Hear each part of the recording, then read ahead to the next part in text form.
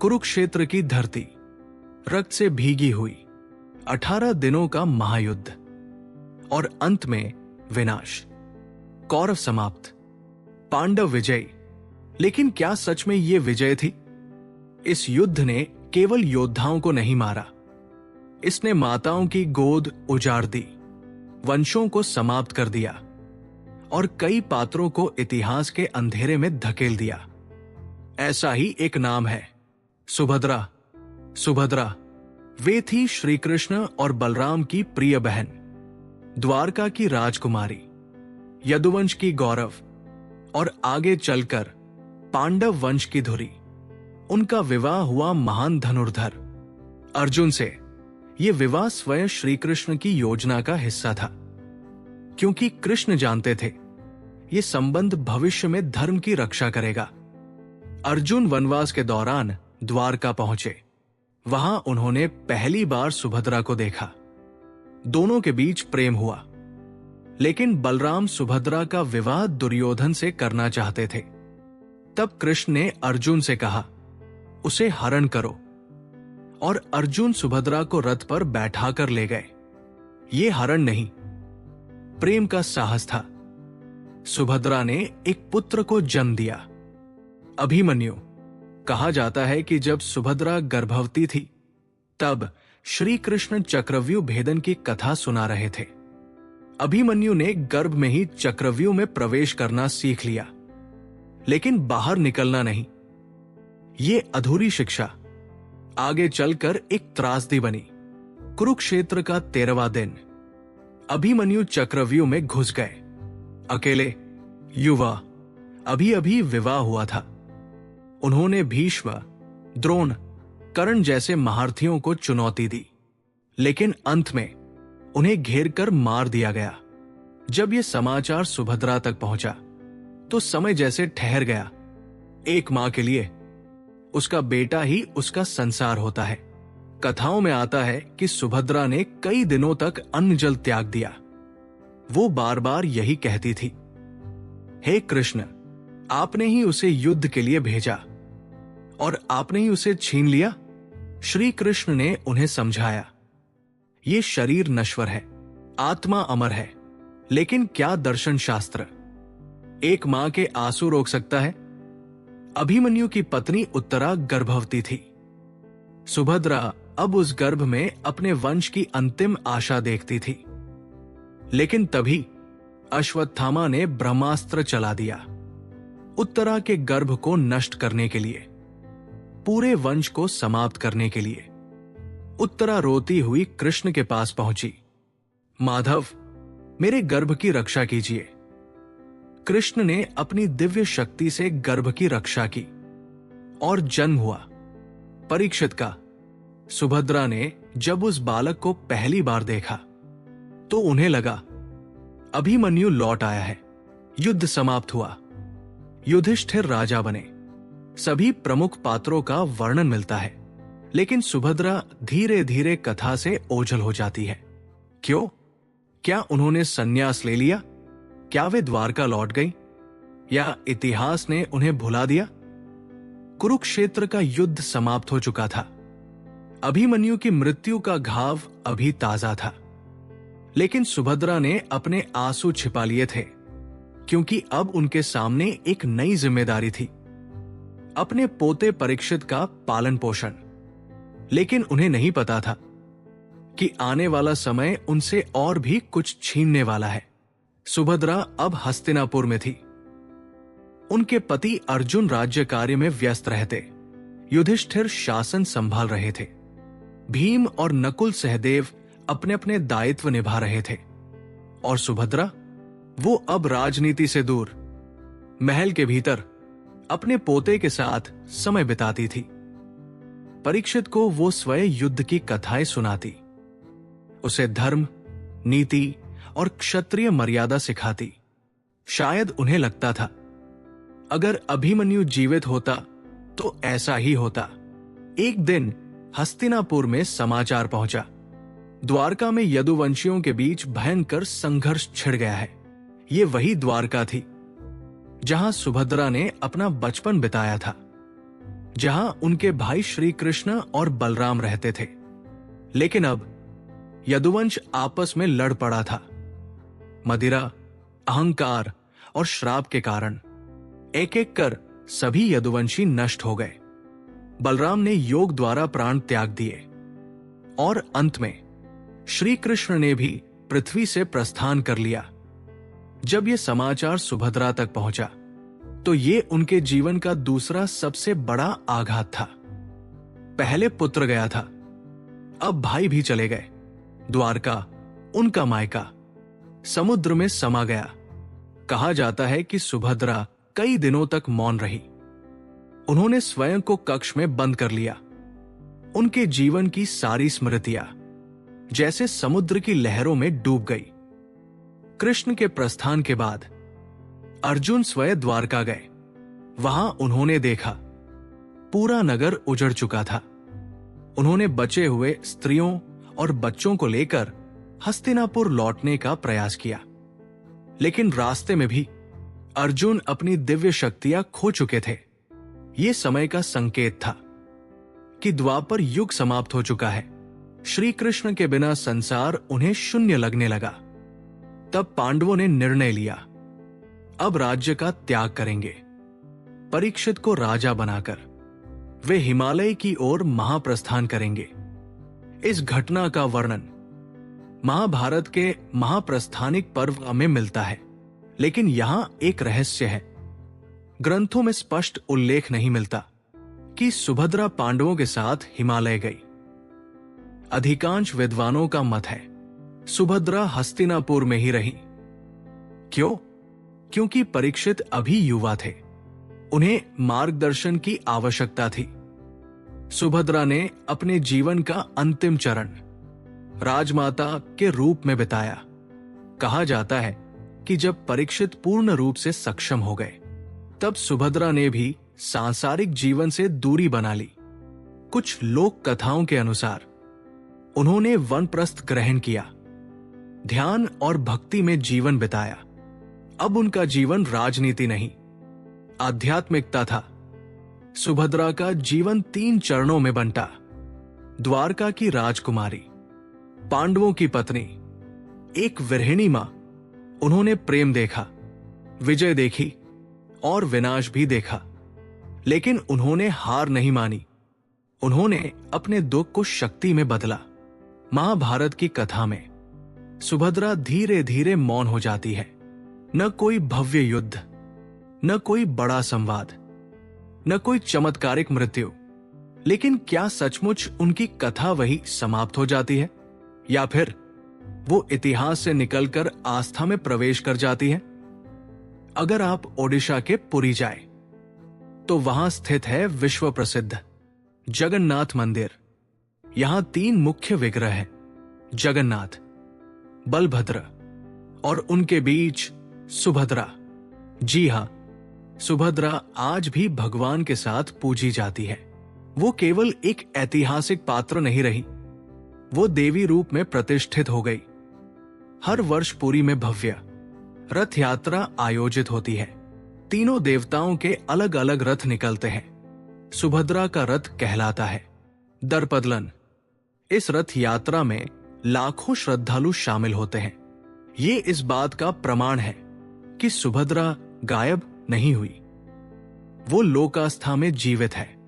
कुछ पुराणों और लोक कथाओं में उल्लेख मिलता है कि सुभद्रा ने अपने अंतिम समय में गहन भक्ति का मार्ग अपनाया। उनका जीवन त्याग और मातृत्व का प्रतीक माना गया। विद्वान मानते हैं सुभद्रा का चरित्र शक्ति का रूप है। मौन शक्ति, धैर्य की शक्ति, सहनशीलता की शक्ति। परीक्षित जब राजा बने तो उनके भीतर धर्म और नीति की गहरी समझ थी। क्या यह केवल शिक्षा का परिणाम था, या फिर उनकी दादी सुभद्रा की छाया? एक मां जिसने पुत्र खोया, एक बहन जिसने भाई खोया, उसने अपने पोते को जीवन का मूल्य सिखाया। महाभारत में सुभद्रा की मृत्यु का विस्तृत वर्णन नहीं मिलता। ये मौन क्या संकेत देता है? शायद ये बताता है कि उनका अंत कोई नाटकीय घटना नहीं था। उन्होंने शांतिपूर्वक जीवन पूर्ण किया, वो युद्ध की नायिका नहीं थी, वो सहनशीलता की प्रतिमा थी। अगर हम गहराई से देखें तो सुभद्रा 3 भावों का संगम है, प्रेम, त्याग और धैर्य। उन्होंने राजनीति नहीं चुनी, उन्होंने प्रतिशोध नहीं चुना, उन्होंने शांति चुनी। इतिहास कहता है उनका अंत साधारण था।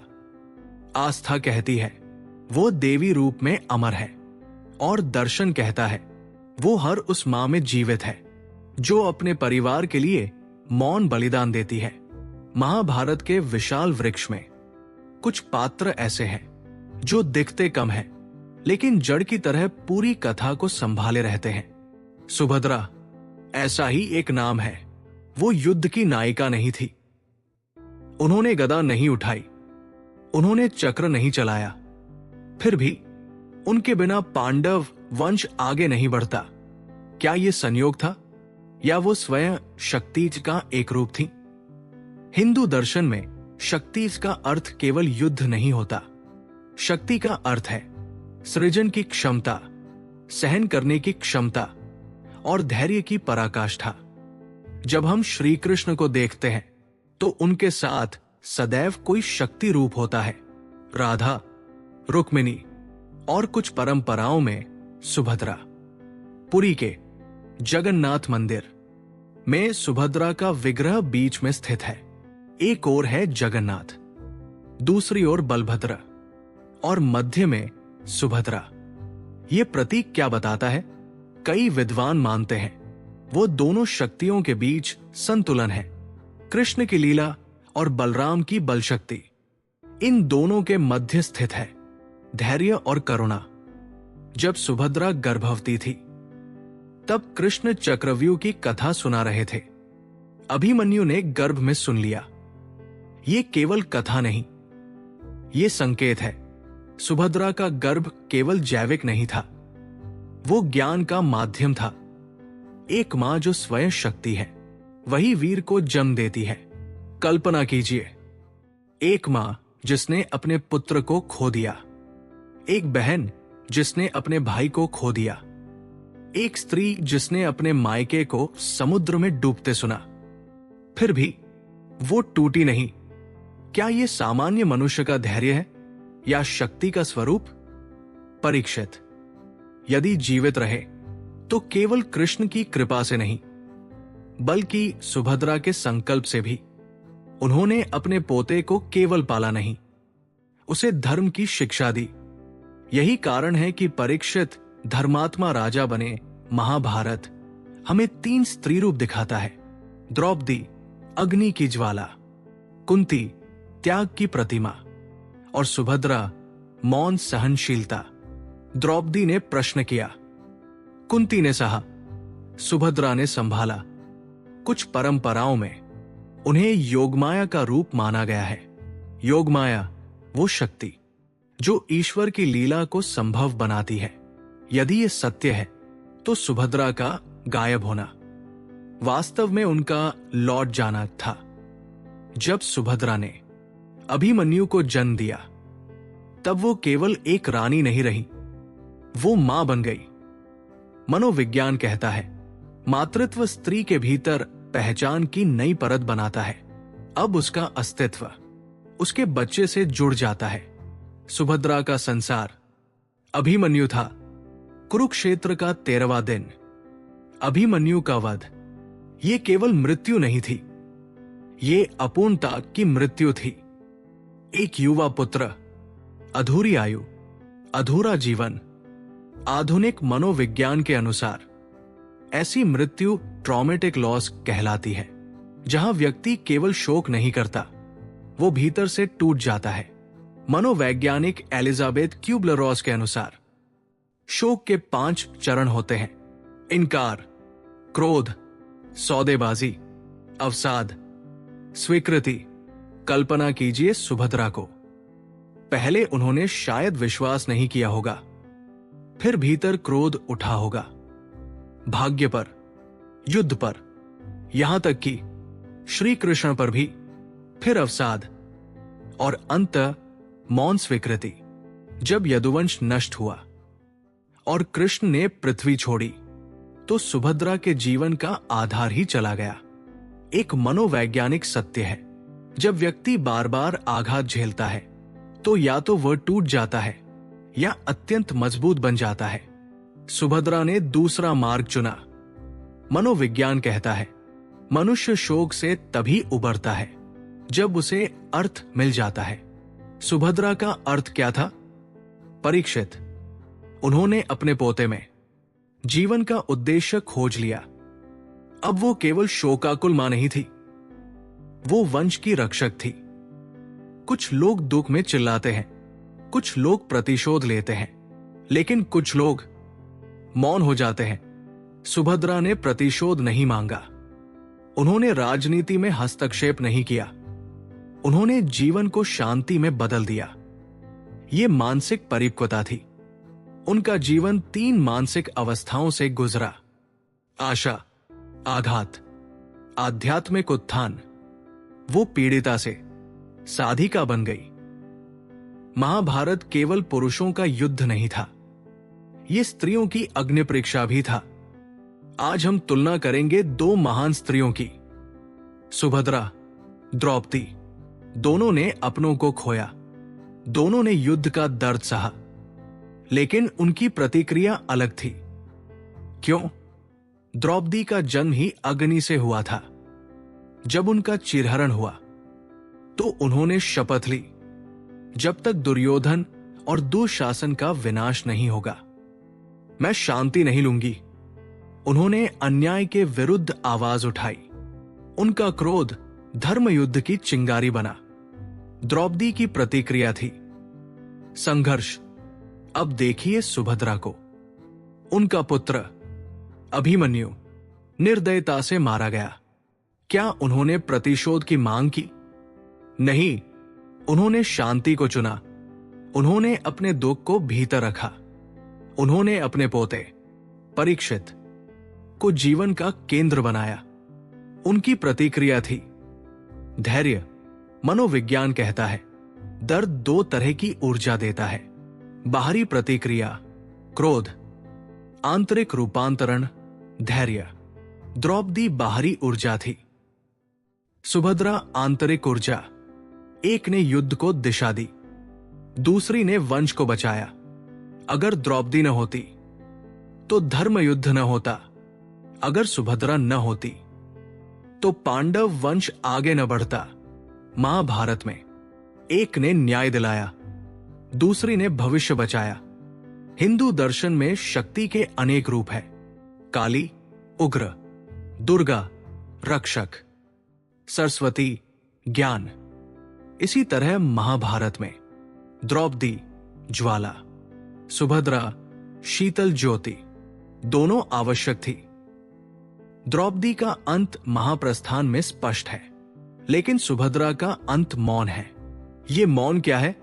ये बताता है कि उनका जीवन संघर्ष की कहानी नहीं, स्थिरता की कहानी था।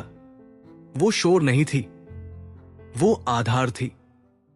सुभद्रा हमें सिखाती है हर युद्ध तलवार से नहीं जीता जाता, कुछ युद्ध धैर्य से जीते जाते हैं। द्रौपदी ने धर्म की रक्षा की, सुभद्रा ने वंश की रक्षा की। दोनों के बिना महाभारत अधूरा है। भागवत पुराण मुख्यतः श्री कृष्ण की लीलाओं पर केंद्रित है। यहां सुभद्रा का उल्लेख मुख्य रूप से कृष्ण की बहन के रूप में मिलता है। उनके विवाह का वर्णन भी मिलता है, कैसे अर्जुन उन्हें द्वारका से लेकर गए। लेकिन युद्ध के बाद उनके जीवन का विस्तार यहां भी कम है। क्यों? क्योंकि भागवत का केंद्र कृष्ण की दिव्यता है, न कि राजवंशों का इतिहास। हरिवंश पुराण, जो महाभारत का उपखंड माना जाता है, वहां सुभद्रा के विवाह का अधिक विस्तार मिलता है। यहां स्पष्ट होता है उनका विवाह केवल प्रेम नहीं था, वो एक राजनीतिक और आध्यात्मिक योजना थी। कृष्ण स्वयं इस संबंध के सूत्रधार थे। भागवत पुराण की कथा परीक्षित को सुनाई गई थी जब उन्हें श्राप मिला और 7 दिन का जीवन शेष था। तब ऋषि शुकदेव ने उन्हें भागवत सुनाई। अब सोचिए, यदि परीक्षित न होते तो भागवत की ये महान कथा इस रूप में न होती, और यदि सुभद्रा न होती तो परीक्षित न होते। इस प्रकार भागवत की कथा के मूल में अप्रत्यक्ष रूप से सुभद्रा की भूमिका है। पुराणों में कुछ पात्रों को विस्तार मिलता है, कुछ को संकेत। सुभद्रा संकेत है, वो विस्तार से नहीं कही गई, लेकिन उनके प्रभाव को नकारा नहीं जा सकता। कुछ वैष्णव परंपराएं मानती हैं कि सुभद्रा योगमाया का रूप है। योगमाया वो शक्ति जो भगवान की लीलाओं को संभव बनाती है। पुरी के जगन्नाथ मंदिर में उनका मध्य में स्थित होना इसी सिद्धांत को बल देता है। वो केवल बहन नहीं, वो लीला की धुरी है, क्योंकि शास्त्र उनका नाटकीय अंत नहीं बताते। विद्वान मानते हैं उन्होंने शांतिपूर्वक जीवन पूर्ण किया। ध्यान, भक्ति और वैराग्य में उनका अंत घटना नहीं, एक विलय था। महाभारत समाप्त हो चुका है, कुरुक्षेत्र की धूल बैठ चुकी है, पांडव हिमालय की ओर बढ़ चुके हैं, लेकिन एक प्रश्न अब भी हवा में तैरता है। सुभद्रा कहाँ गई? आज हम इस पूरी श्रृंखला का समापन करेंगे। इतिहास, मनोविज्ञान और आध्यात्मिक दृष्टि से सुभद्रा महाभारत में स्पष्ट रूप से वर्णित है। श्री कृष्ण की बहन, अर्जुन की पत्नी, अभिमन्यु की माता, परीक्षित की दादी। लेकिन युद्ध के बाद उनका उल्लेख धीरे धीरे कम हो जाता है। इतिहास के अनुसार वो हस्तिनापुर में रहीं। उन्होंने परीक्षित का मार्गदर्शन किया, उन्होंने वैराग्यपूर्ण जीवन अपनाया और शांतिपूर्वक देह त्याग दिया। उनकी मृत्यु का कोई नाटकीय वर्णन नहीं मिलता, और शायद यही उनकी महानता है। सुभद्रा का जीवन एक गहरी मानसिक यात्रा है। प्रेम, मातृत्व, शोक, पुनर्निर्माण और अंततः आध्यात्मिक उत्थान। उन्होंने पुत्र खोया, भाई खोया, मायका खोया, लेकिन उन्होंने जीवन नहीं छोड़ा। उन्होंने अपने दुख को उद्देश्य में बदला। ये मानसिक शक्ति असाधारण है। पुरी के जगन्नाथ मंदिर में आज भी सुभद्रा पूजी जाती है। वहां वह जगन्नाथ और बलभद्र के मध्य विराजमान है। ये केवल मूर्ति नहीं, ये प्रतीक है। वो संतुलन है, वो करुणा है, वो मौन शक्ति है। महाभारत हमें शोर दिखाता है, युद्ध, राजनीति, प्रतिशोध, लेकिन सुभद्रा हमें मौन दिखाती है। वो चीखी नहीं, उन्होंने बदला नहीं मांगा, उन्होंने शांति चुनी, और शायद इसीलिए उनका अंत ग्रंथों में शांत है, क्योंकि उनका जीवन घटना नहीं, एक धारा था। नहीं, वो 3 रूपों में जीवित है। इतिहास में पांडव वंश की धुरी, मनोविज्ञान में धैर्य की प्रतिमा, आस्था में देवी रूप। वो युद्ध की कहानी से आध्यात्मिकता की कहानी में प्रवेश कर गई। अगर आप ध्यान से देखें, महाभारत हमें 2 प्रकार की शक्तियां दिखाता है। प्रकट शक्ति जैसे द्रौपदी, मौन शक्ति जैसे सुभद्रा, और कभी कभी मौन शक्ति ही सबसे गहरी होती है। तो दोस्तों, महाभारत के बाद सुभद्रा कहीं गायब नहीं हुई। वो शोर से मौन में चली गई, राजनीति से आध्यात्मिकता में चली गई, कथा से आस्था में परिवर्तित हो गई, और शायद हर उस मां में जीवित है जो अपने दुख को शक्ति में बदल देती है।